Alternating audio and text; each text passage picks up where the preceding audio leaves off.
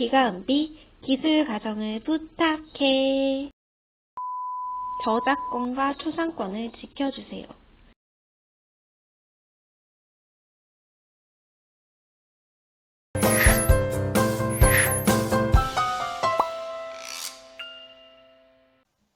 청소년의 신체적 발달에 대해서 지금 배우고 있습니다. 지난 시간에 성장 급등에 대해서 배웠는데요. 오늘은 2차 성징에 대해서 공부를 하도록 하겠습니다. 2차 성징이 무슨 말일까요? 성장과는 다른 말입니다. 즉, 성징이란 말은 성적 특징을 이야기하는 것입니다. 우리 책에는요. 청소년기의 성호르몬의 분비가 촉진되면서 남녀를 뚜렷하게 구분할 수 있게 되는 현상이 바로 2차 성징이라고 설명되어 있습니다. 이게 무슨 소리냐? 청소년기, 즉 사춘기가 되면요. 성호르몬이라는 것이 분비되기 시작한다는 거죠. 이전에 배웠던 성장 호르몬과는 다르죠? 성장 호르몬은 어디서 나왔나요? 맞아요. 뇌하 수체라는 기관에서 나왔죠. 머리에서 나왔어요. 이 성호르몬은 어디서 나올까요? 남자와 여자가 분비되는 곳이 다릅니다. 생식기에서 나오게 되는데요. 여자의 경우 난소, 남자의 경우는 고안에서 분비가 됩니다. 난소와 고안에 대한 설명은 뒤에 성교육 시간을 좀 더 자세히 하도록 하겠습니다. 따라서 사춘기가 돼서 성호르몬이 나오기 시작하면요. 남자, 여자로서의 특징이 뚜렷하게 나타나게 되는데 이것을 바로 2차 성징이라고 하는 것입니다. 그러면 왜 2차 성징이라고 하는 걸까요? 2차 성징은 두 번째로 성적 특징이 나타나는 시기라는 뜻인데요. 첫 번째로 성적 특징이 나타나는 시기가 언제일까요? 맞아요. 태어났을 때예요. 이때는 남자, 여자를 생식기를 통해서 구분을 할 수 있게 됩니다. 즉, 처음 태어났을 때 1차 성징이 일어난다고 할 수 있습니다. 반대로 그러면 2차 성징은 무엇일까요? 방금 배웠듯이 청소년기에 일어나서요. 이때는 우리가 여자, 남자라고 생각하면 몸매가 다르죠. 이런 몸적인 특징이 뚜렷하게 나타나게 되는데 이 청소년기에 일어나는 변화를 2차 성징이라고 하는 것입니다. 이 마크가 무엇인지 구분이 가나요? 남자, 여자 마크죠. 화장실에 보면 나와 있어요. 남자, 여자 2차 성징이 각각 다르게 나타납니다. 그 특징을 선생님이 각 부위에 한번 적어 보았어요. 그냥 이렇게 기호로 보면 이해가 좀 덜 가기 때문에 뒤에 조금 더 리얼한 그림을 가지고 설명을 해드릴게요. 자, 이쪽이 남자, 오른쪽이 여자예요. 각각 다른 특징이 나타나고요. 물론 공통적으로 나타나게 되는 성적 특징도 있겠죠. 이 부분은 또 뒤에 설명을 드리도록 하겠습니다. 먼저 남자의 2차 성징을 살펴봅시다. 왼쪽을 보면 근육질의 남자 그림이 있습니다. 설명을 돕기 위해서 조금 징그러울 수도 있지만 남성적 특징이 크게 드러난 사진으로 가져와 봤어요. 얼굴부터 살펴봅시다. 수염이 나기 시작합니다. 청소년기 수염이 나기 시작하는 시기는 모두 다르고요. 모양도 다 다릅니다. 또한 수염뿐만 아니라 이렇게 가슴털이 나기도 하고요. 다리털이 많이 늘어나기 시작하죠. 여자인 친구들 중에도 다리털이 많이 나는 친구들이 있어요. 여자도 털이 많은 친구들도 있고 적은 친구들도 있죠. 하지만 확연하게 남성의 다리 그리고 얼굴과 같은 곳에는 수염이 굵고 뚜렷하게 자라나기 시작합니다.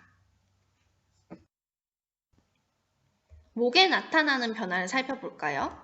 성대가 커지면서 목소리가 굵어집니다. 여러분 동굴 목소리가 무엇인지 아세요? 동굴에 있는 것처럼 나지막하고 울리는 듣기 좋은 목소리를 동굴 목소리라고 하죠. 그래서 이선균 아저씨 같은 그 좋은 목소리 배우를 동굴 목소리라고 많이 합니다. 사람마다 성대가 커지는 정도와 변화되는 정도가 달라서요. 목소리가 굵어지는 정도가 달라요. 그리고 시기도 각각 다릅니다. 보통 빠른 친구들은 중1에서 중2 정도 변성기, 목소리가 변하는 시기가 시작되고요. 중3쯤 되면 웬만한 친구들은 다 변성기가 와서 목소리가 굵어져요. 그러면 오히려 목소리가 맑고 깨끗했던 친구들이 목소리가 갑자기 낮아지면서 노래를 부르는 게 어려워지기도 합니다.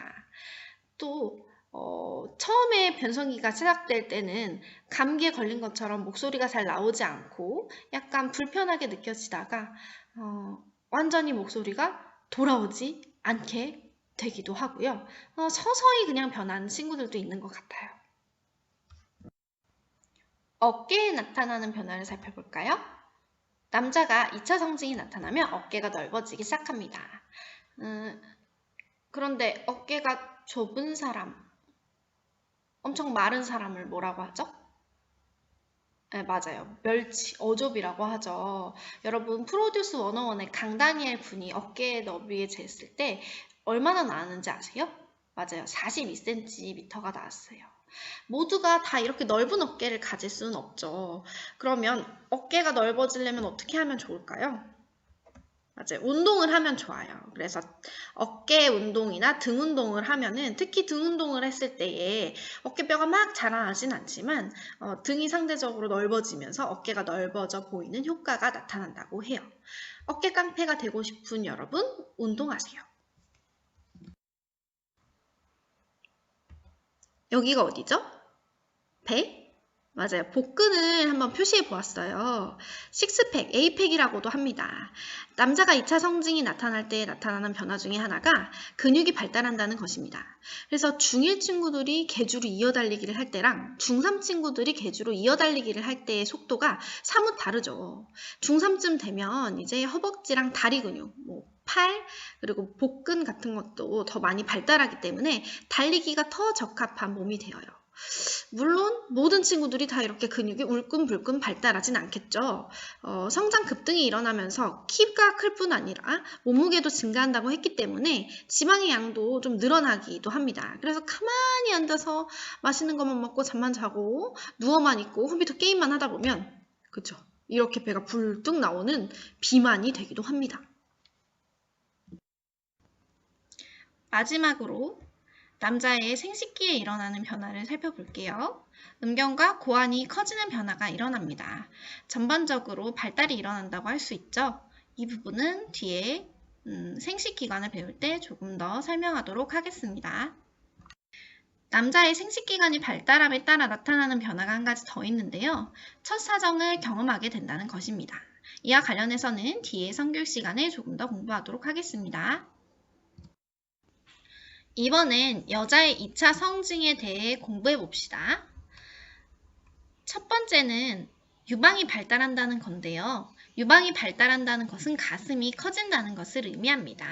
청소년기에 들어 2차 성징이 나타나면 점차 볼륨감 있는 몸매로 그래서 바뀌게 됩니다. 그 다음으로 골반이 넓어집니다. 골반이 넓어지면서 엉덩이가 또 커지게 되고요.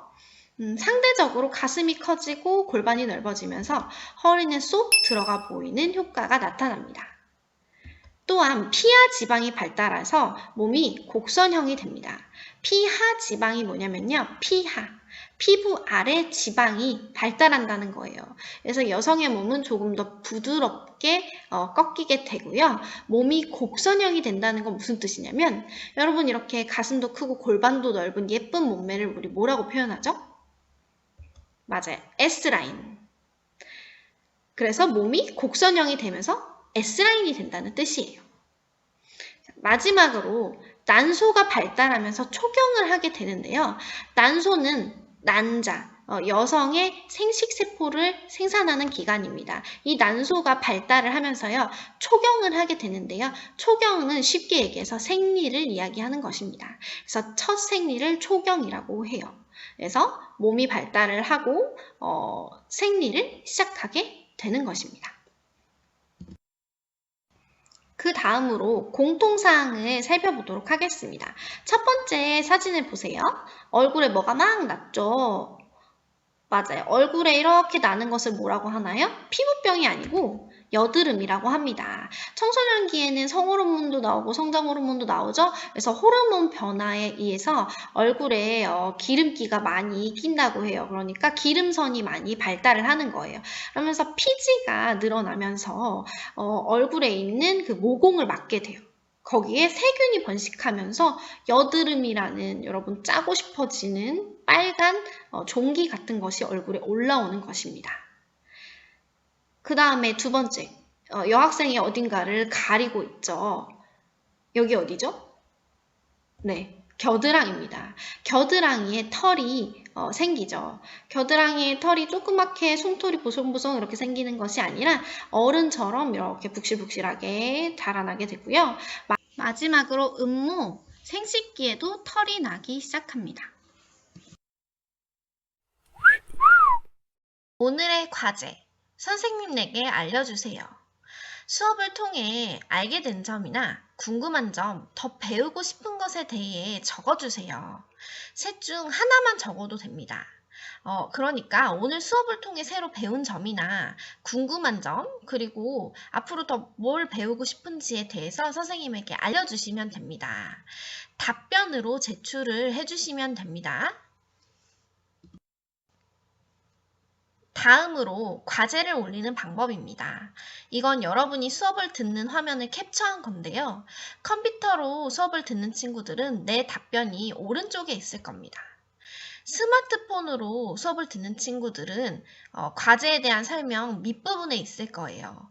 이 내 답변에 여러분이 오늘 수업을 통해 배우게 된 것이나 혹은 더 궁금한 점, 배우고 싶은 것에 대해서 답변을 입력을 해주시면 됩니다. 그리고 반드시 제출 버튼을 눌러주셔야 선생님이 과제를 제출한 학생으로 여러분의 답변을 확인할 수가 있습니다. 여기서 주의사항이 하나 있습니다. 여러분이 답변을 수업 댓글에 달면 안 됩니다. 수업 댓글에 달 시에는 여러분이 제출한 과제물에 아무것도 안 적은 것처럼 보여요. 그래서 선생님이 여러분의 과제를 확인하기가 어렵습니다.